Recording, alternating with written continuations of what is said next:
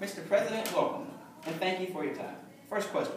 We were seen as the establishment pick during the primaries. Do you agree with that statement? Well, thanks for having me, Shaquille. Well, the truth is, not really. John McCain betrayed himself as a maverick.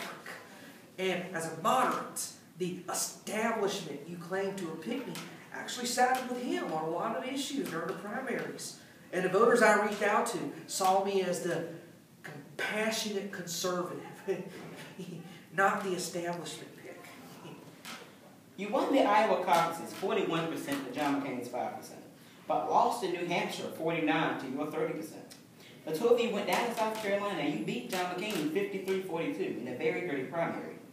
You even accused him of fathering a child out of wedlock. Why did you do that? Oh, that's a lot of math right here.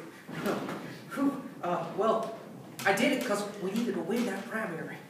I didn't intend to drag the senator, his name in the mud and his family through the dirt. But in retrospect, I wouldn't have done it any time.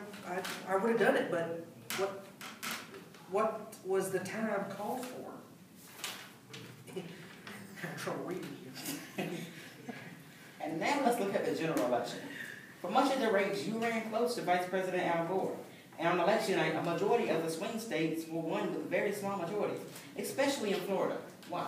Well, it was going to be a close contest because the feelings of the American people, Americans feel like because of the growing economy, our budget surplus, and because of the ongoing Clinton scandal, that they didn't have to vote in this election because nothing would change in their eyes. That's why it was close.